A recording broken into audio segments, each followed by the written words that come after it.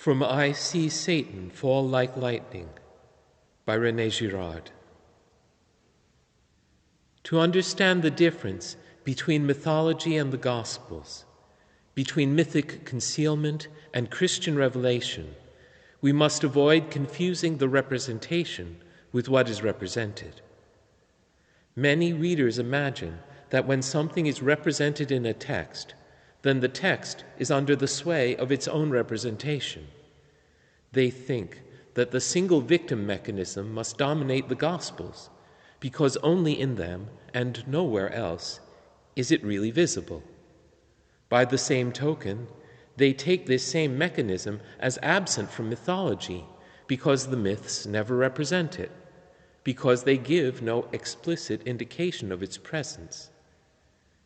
These exegetes are astonished, then, to hear me say that collective murder is essential to the generation of myths, and that it has nothing to do with the origin of the Gospels.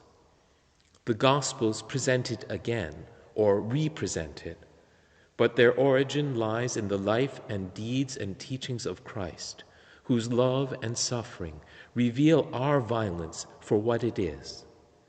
Collective murder, or the single victim mechanism, has everything to do with the origins of the texts that do not represent it and cannot represent it, precisely because they are based on it, because the victim mechanism is their generating principle.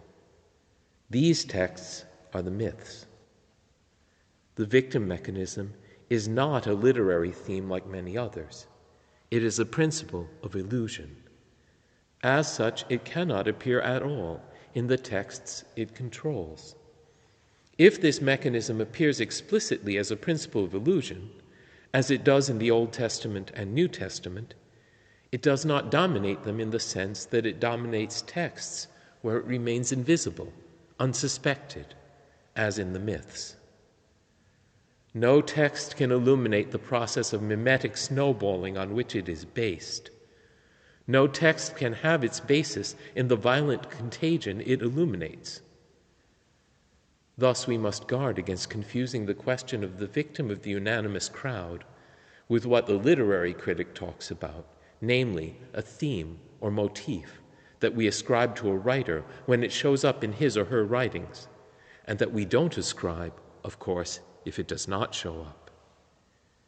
It is easy to recognize this error, but it is even easier not to recognize it, and as a rule, it goes unrecognized. Hardly anyone suspects that if the myths never speak of arbitrary violence, this could be because they unknowingly reflect the virulence of a persecution that does not recognize its victims anywhere, but sees them as justly expelled culprits, victims like Oedipus, for example. It is mimetic contagion that completely determines the contents of mythology. The myths are so much in its thrall that they cannot suspect their own subjection. No text can make allusion to the principle of illusion that governs it. To be a victim of illusion is to take it for true. So it means one is unable to express it as such, as illusion. By being the first to point out persecutory illusion, the Bible initiates a revolution that, through Christianity, spreads little by little to all humanity without being really understood by those whose profession and pride are to understand everything. This is one of the reasons, I believe, Jesus speaks the literal truth when he exclaims, "I thank you, Father, that you have hidden these things from the wise and clever and revealed them to babes." Matthew 11:25. The necessary condition enabling the single victim mechanism to dominate a text is that it does not appear as an explicit theme. And vice versa, a victim mechanism cannot dominate a text, the Gospels, in which it explicitly appears. This involves a paradox that forces us to see our dreadful blindness to the greatness of the Passion accounts. It is always the individual or the revelatory text that is taken to be responsible for the inexcusable violence it reveals.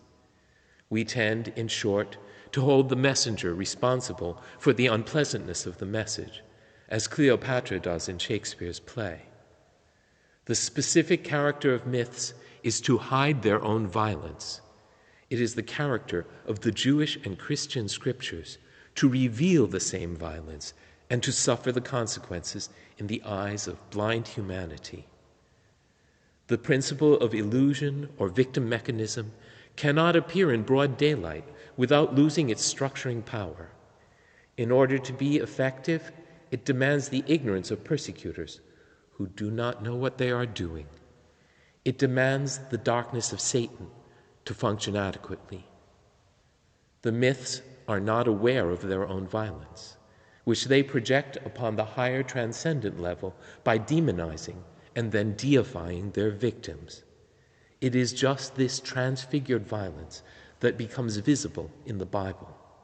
The victims are seen as true victims, no longer guilty but innocent. The persecutors are seen as true persecutors, no longer innocent but guilty. It is not merely our predecessors whom we unceasingly accuse who are guilty. We all stand in need of pardon. A myth is a lie in the sense that it is the deceptive non-representation that mimetic contagion and its victim mechanism generate by means of the community that becomes their instrument. The mimetic contagion is never objectified. It is never represented in the mythic narrative. It is its real subject, therefore, but it is always concealed as such. It is what the Gospels call Satan or the devil. The proof that it is difficult, or perhaps too easy, to understand what I have just said is that Satan himself did not understand it. Or rather, he understood it, but too late to protect his realm. His slowness has had tremendous consequences for human history. Paul writes to the Corinthians, "If the princes of this world had known the wisdom of God, they would not have crucified the Lord of glory." 1 Corinthians 2:8. The princes of this world are here the same thing as Satan. They crucified the Lord of glory because they expected the results of this event to be favorable to their interests. They were hoping that the victim mechanism would function as usual, protected from any suspicions, and that they would thus rid themselves of Jesus and his message. At the beginning of the matter, they had very good reason to think that everything would happen cleanly and quickly. The crucifixion of Jesus is a victim mechanism like the others. It is set in motion and develops like the others, yet its outcome is different from all the others. Until the resurrection, no one could foresee the reversal of the violent contagion that almost completely overcame the disciples themselves. The princes of this world could rub their hands in satisfaction, and yet it turned out that their calculations were undone.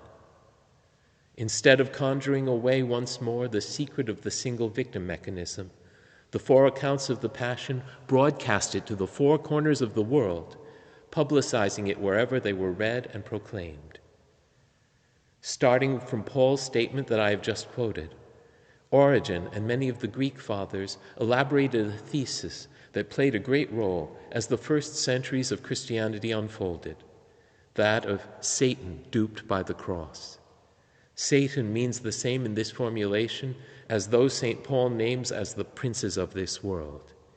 In Western Christianity, this thesis has not met with the same favor as in the East, and finally, as far as I know, it disappeared. Western theologians suspected it of being magical thought. They have wondered whether it attributes a role to God that is unworthy. This thesis interprets the cross as a kind of divine trap, a ruse of God that is even stronger and cleverer than Satan's ruses. Certain fathers amplified this idea into a strange metaphor that contributed to the distrust in the West. Christ is compared to the bait the fisher puts on the hook to catch a hungry fish, and that fish is Satan. The role this discourse ascribes to Satan troubles the Western thinkers. As time passes, the devil's place shrinks in Western theological thought. His disappearance is troublesome to the extent that Satan is the same thing as mimetic contagion, which alone can clarify the true meaning and validity of the patristic metaphor of Satan duped by the cross. The discovery of the mimetic or satanic cycle enables us to understand that this metaphor contains an essential insight. It takes into account the fact that mimetic conflicts and mimetic pride are the main obstacle to the Christian revelation. The Passion accounts, allowing us to understand the single victim mechanism and its mimetic cycles, enable us to find and identify our invisible prison and to comprehend our need for redemption. Since the princes of this world were not in communion with God, they did not understand that the victim mechanism they unleashed against Jesus would result in truthful accounts. If they had been able to read the future, not only would they not have encouraged the crucifixion, but they would have opposed it with all their might. When the princes of this world finally understood the real import of the cross, it was too late to turn back. Jesus had been crucified, and the Gospels had been written. Thus, Paul is right to affirm, if the princes of this world had known the wisdom of God, they would not have crucified the Lord of glory. Western theology, in rejecting the idea of Satan tricked by the cross, has lost a pearl of great price in the sphere of anthropology.